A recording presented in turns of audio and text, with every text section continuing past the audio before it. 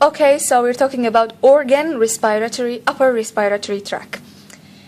Now, in here we'll find the nasal bone, and in here the frontal air sinus, and in here we'll find the middle concha, and inferior to it we'll find the middle meatus, and in here we'll find the sphenoethmoidal recess. Okay, so in here we'll find the nasopharynx, and in here behind the nasal cavity, okay, and the oropharynx, which is behind the oral cavity this way, okay, and the laryngopharynx, which is behind the larynx in here, okay. Now, this is the orifice of the eustachian tube, and this fold right here is called the salpingopharyngeal fold, okay. Now, in here we will find the pharyngeal tonsil, and in here the lingual tonsil. Here we'll find the palatoglossal arch, this thing in here, okay, and the palatopharyngeal arch, and in between we'll find the palatine tonsil. Moving to the laryngopharynx, here we'll find the epiglottis, and in here the false vocal cords or the vestibular folds, and inferior to it we'll find the true vocal cords, or what we call the vocal folds. In here the thyroid cartilage, and in here the cricoid cartilage.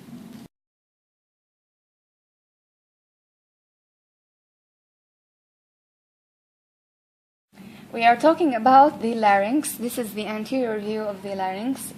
Here we'll have the laryngeal prominence, the lamina of the thyroid cartilage. Here we'll have the oblique line, and here we'll have the thyrohyoid ligament, okay. On the lateral sides we call it the membrane, and medially we will have thickening, so in here we will call it the thyrohyoid ligament. And we'll have also the arch of the cricoid, and we'll have that cricothyroid ligament. On the posterior view, we'll have the lamina of the cricoid. So be careful to see that the lamina of the cricoid are only seen on the posterior view. We also have the arytenoid cartilage, and on top of it we will have the corniculate cartilage. Moving on to the muscles. Okay, so now the muscles of the larynx. Here we'll have the thyrohyoid muscle, and we have the cricothyroid muscle, and we'll have the lateral cricoarytenoid. Here it is. This one. This is the number 20. Okay, this is the lateral cricoarytenoid muscle. We will also have on the posterior view the posterior cricoarytenoid muscle, the X-shaped muscle in here, okay? It is called the oblique arytenoid muscle, and the thing that goes horizontally, this is the transverse arytenoid muscle.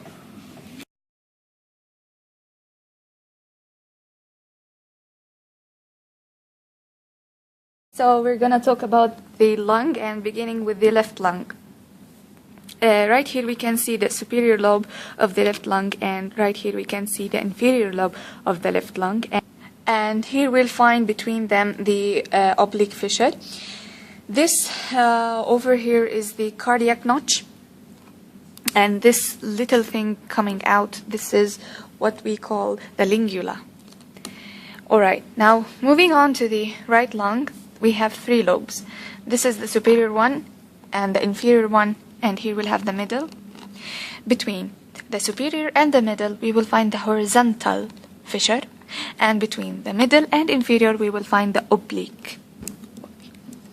Here we'll find the apex of the lung, Now in here we will find the pulmonary artery. Notice that it's blue. And here we'll find the pulmonary vein, and notice it's red. Right here we'll find the pulmonary ligament, and in here we'll find the esophagus, the aorta, and right over here we'll find the right dome of the diaphragm, and in here we'll find the left dome of the diaphragm. And if we see in here, this is the central tendon. It's more obvious if we put this. Okay, this is the central tendon. And for the esophageal opening, here we'll find the right cross extending from here and turning over and closing right over here to form the esophageal opening. And the left cross, we can find it in here. Now for the aortic hiatus, this is the aortic hiatus, and this is the caval opening, and the esophageal hiatus. Okay, the caval opening happens or occurs at the level of T8, and the esophageal opening occurs at the level of T10, and the aortic opening occurs at the level of T12.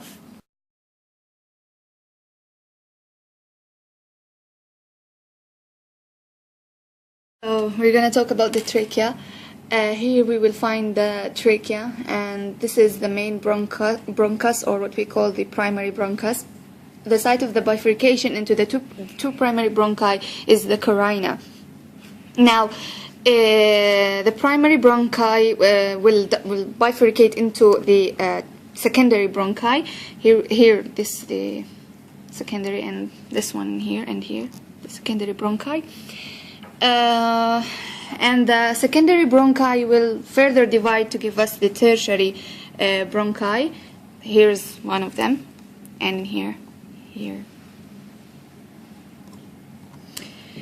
And on the posterior view, we will find the trachealis muscle. And this little thing in here is the bronchiole.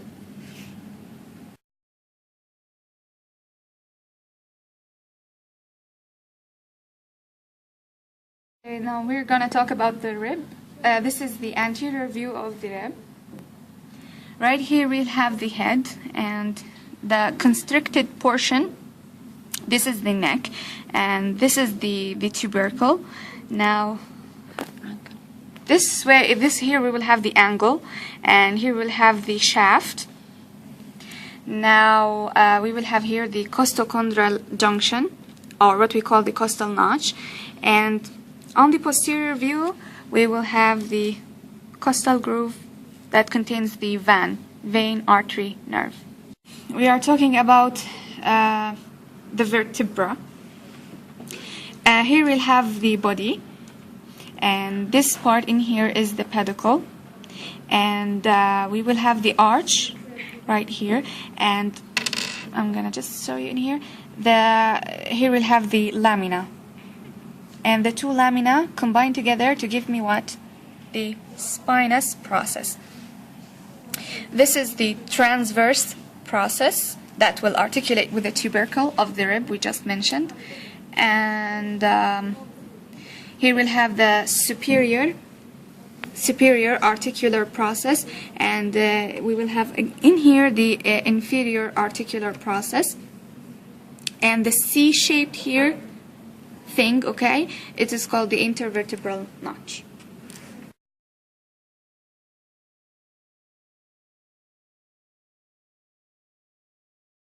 We're going to talk about the rib cage. Here we'll find the clavicle, and this is the clavicle also, and here is the first rib, second rib, third rib, and here we'll find the seventh rib, and this is the costal cartilage. On the posterior view we will find the scapula. Talk about the sternum. Here we'll find the manubrium of the sternum, and here's the body, and in here we'll find the xiphoid process. Now on the level of the second rib we'll find the sternal angle, and in here the costal cartilage of the second rib.